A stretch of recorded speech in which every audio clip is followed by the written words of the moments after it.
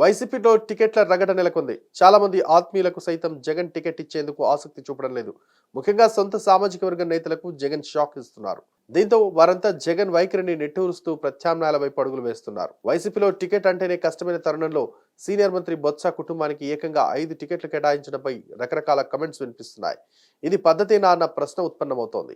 YCP ప్రకటించిన 3వ జాబితాలో మంత్రి బొత్స సత్యనారాయణ భార్య ఝాన్సీ లక్ష్మికి చోటు దక్కింది. ఆమె విశాఖ పార్లమెంటు స్థానం ఇన్ఛార్జిగా నియమితులయ్యారు.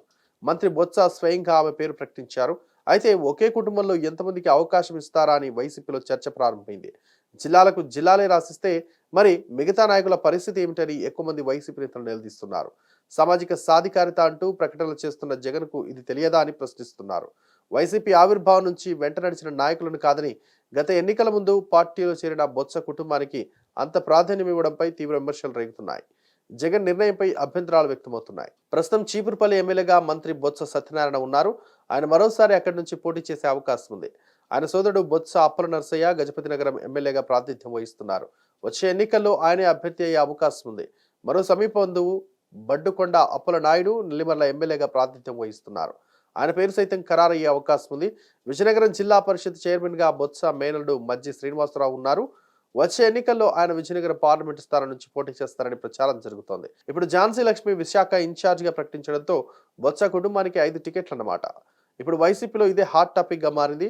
గెలుపు గుర్రాల పేరిట ఉత్తరాంధ్రను బొత్స సత్యనారాయణకు రాసిచ్చారని వైసీపీ శ్రేణులు మండిపడుతున్నాయి. ఇటువంటి నిర్ణయాలు ఖచ్చితంగా చేటు చేస్తాయని సీనియర్ నేతలు అభిప్రాయపడుతున్నారు.